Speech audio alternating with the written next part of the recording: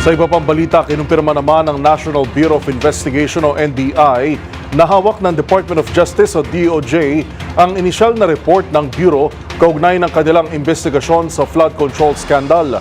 Sa ambush interview ng DZRH, sinabi ni NBI Director Jaime Santiago na nasa DOJ na ang bola sa ebalwasyon sa kanilang findings.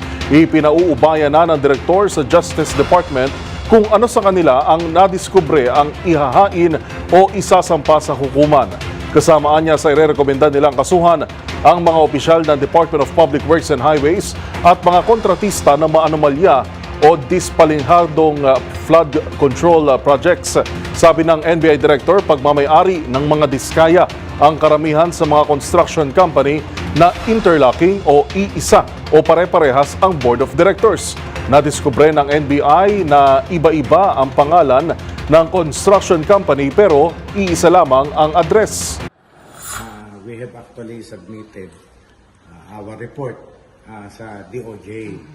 So, ang DOJ ay nakapag-create na ng task force on their part at saka para sa NBI. So, hindi muna ako makapagsalita under evaluation ng DOJ kung alin ba isasampa, kung ano bang findings.